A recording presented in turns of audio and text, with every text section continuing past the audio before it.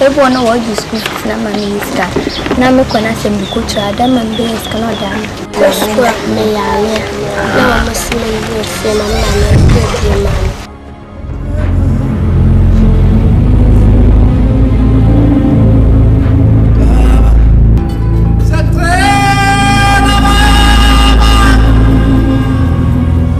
Mining areas, what do we see? The child, they don't even have hope. Why? They don't have a choice because even their parents grow in that. The fact that you are poor does not mean you should engage in illegal mining or prostitution, because these activities are against our laws, and there are several other things that we can do. Education is very important. Yes, getting some money from prostitution and illegal mining will be quick. You know, you see, you can buy your jeans and buy whatever. But as children, we need to look long term at what our lives. So anytime it crosses your mind to be a prostitute or to be a miner, just think, is this where I want to be 10 years from now?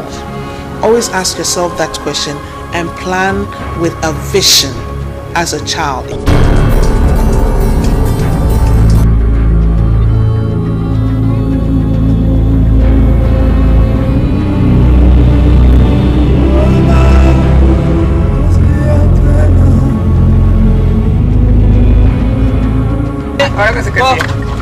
Take me there. Okay, Eda Joko, day school. Omaya. Okay, school. He said, if you tell you that you should go to school, he said, no go. So sometimes the kids themselves, because they've been involved in this particular kind of labor for a long time, they themselves are not encouraged to go to school. Here in Ghana, a large number of girls have been trapped through human trafficking and wallow in pain on the banks of rivers in parts of Ghana as they are forced into fishing by their slave masters. On Lake Volta, thousands of children labor in the fishing sector, risking injuries and even death performing tasks such as diving to untangle fishing nets. You're frozen.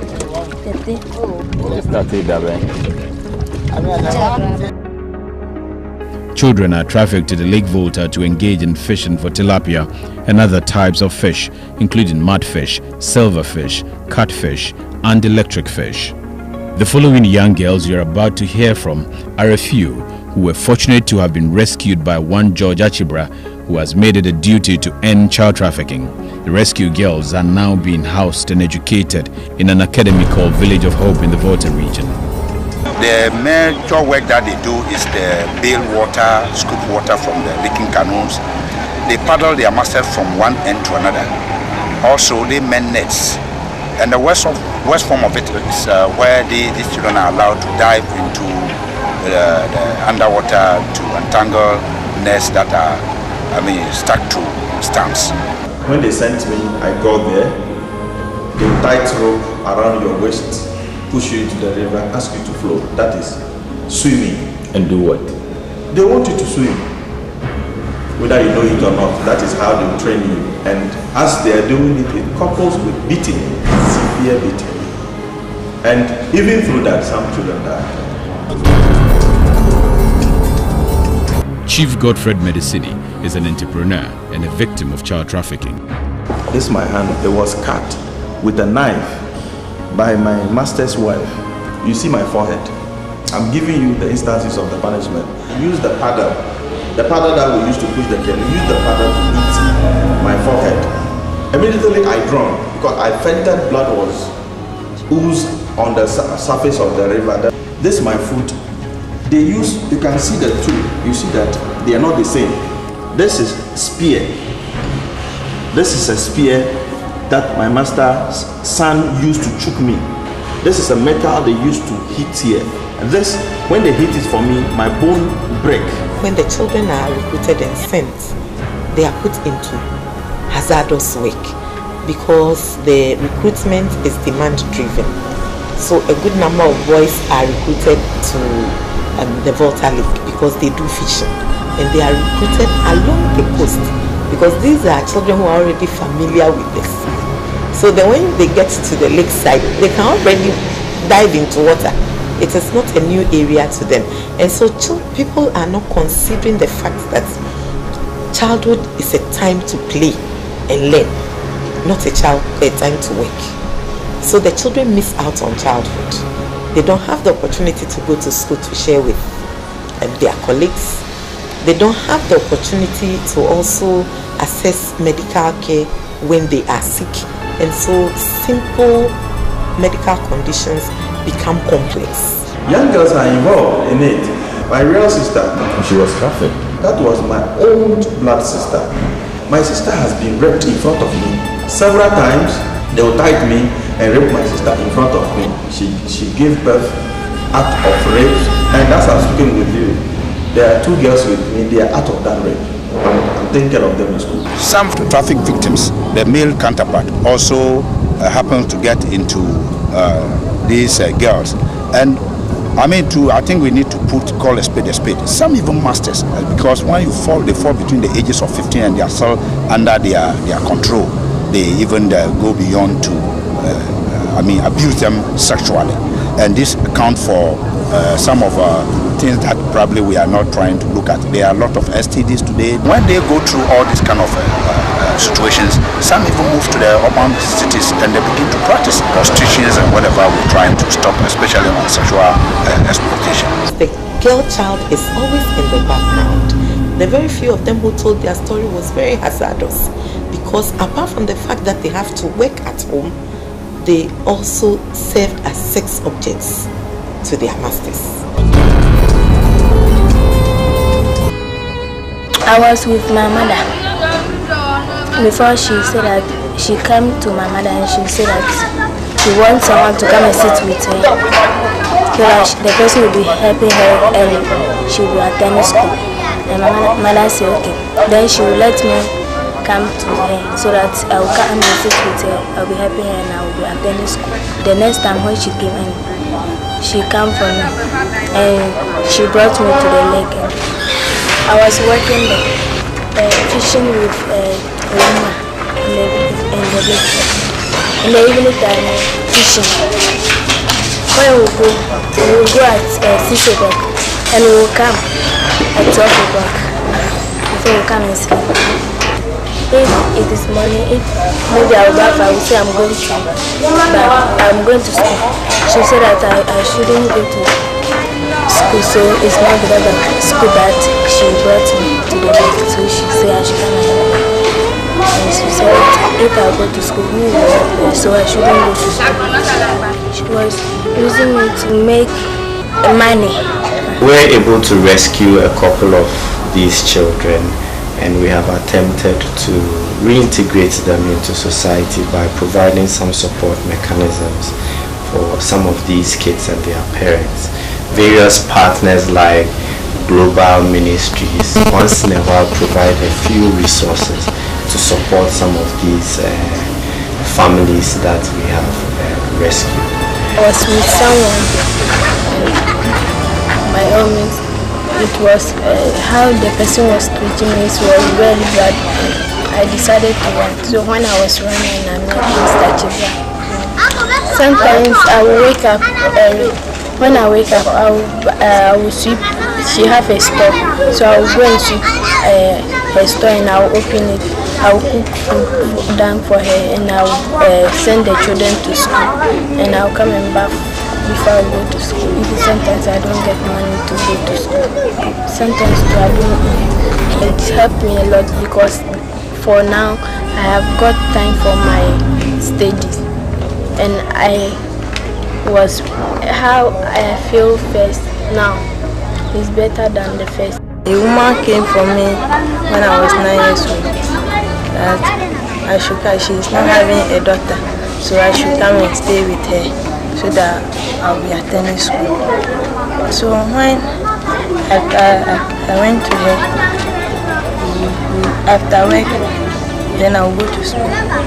Sometimes she will not allow me to go. By the time I'll finish my duties and go to school, then it's too late for me to go. So then I'll stay in the house. It's even worse than before. Now, as I'm speaking with you, as you and I we are speaking right now, somewhere in the villages, Parents are negotiating, they are bargaining prices of their children. Underlining all of this is poverty and also unemployment. And that is why our Social Protection Department Directorate is so critical. Poverty is the main push factor because most of the girls and most of the young ones who find themselves in these areas are pushed out of their families to support the family.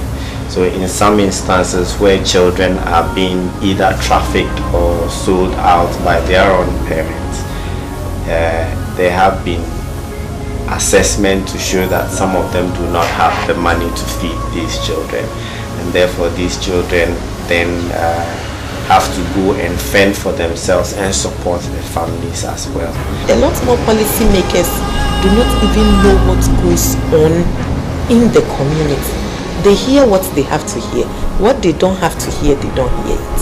And it is for me, faith-based organization and maybe other civil society organizations who will have to complement the efforts of government to draw their attention to their blind side. And that's what we are doing. The people who are sending the people there, you need to educate them. Under our department, we have, instead of social welfare, we're changing it to a Department of Social Development, which will have a division for social services. So we're going to be more social services oriented.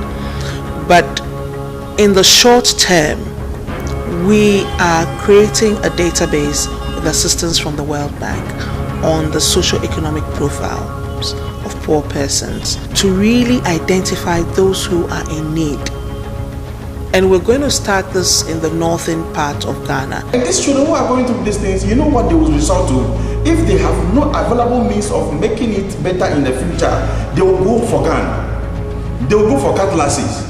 And it is a threat already for national security. We have to intensify our education.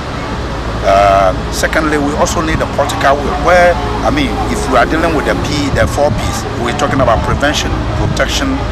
Of course, partnership is also one of the key things that we have to think about for networking.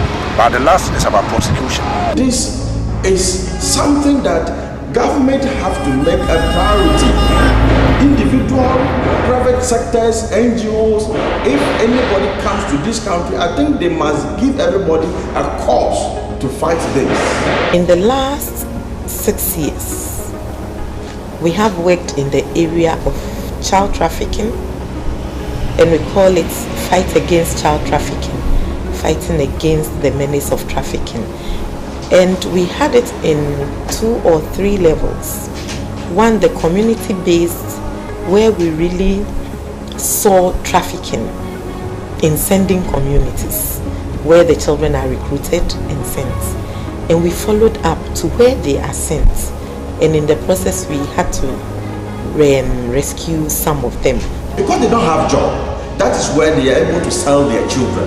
So I positioned a program where we are training 1 million people by the close of this year. We are training 1 million people, and we are continuing training because our target is 10 million in 7 years. So we are training them in different kinds of vocations of their choice. As I'm speaking with you, in different villages across this country, people are learning the trade. Even here in Accra, we have about 3 sectors that we are training people. We are building factories where we are training people in batik dye and dye. We are training people in soap making, beads making, fashion and designs. They are doing different kinds of things. Come to think of the boys in construction, people are doing carpentry, mentoring, spraying. They are doing all kinds of things just to provide job for the people. Yes, I acknowledge the fact that we have challenges. We have youth and unemployment. We have issues relating to poverty.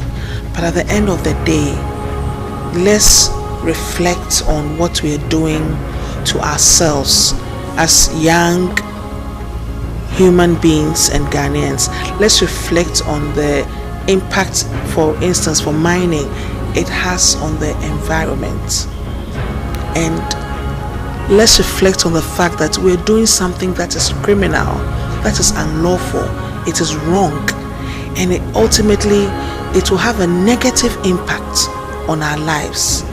And let's stop child prostitution, stop illegal mining, and stop using children in farms so that they can complete their education and get better employment. The resultant effect of child labor cannot be overemphasized. The health, safety, and development are negatively impacted. It is therefore prudent to raise the awareness on some hazardous forms of child labor for all and sundry to join in the fight against the canker. This film, initiated by the Christian Council of Ghana, places particular focus on the girl child's involvement in hazardous forms of labor like commercial exploitation, child trafficking in fishing, stone cracking, cocoa farming, and illegal mining. In 2010, the government of Ghana adopted its National Plan of Action to combat the worst forms of child labor, a comprehensive framework to significantly reduce the worst forms of child labor by 2015. As of today, in 2013, children remain engaged in the worst forms of child labor, including fishing. In cocoa production, hundreds of thousands of children work, sustaining injuries while using machetes, carrying heavy loads and clearing land. A study conducted by the government of Ghana found that 47% of children in cocoa production areas were engaged in at least one hazardous activity. With just 2 years to hit the targeted year of 2015, it is hoped that all stakeholders will take revelations exposed in this documentary seriously to avert consequences of the above highlighted forms of hazardous labor young girls are involved in.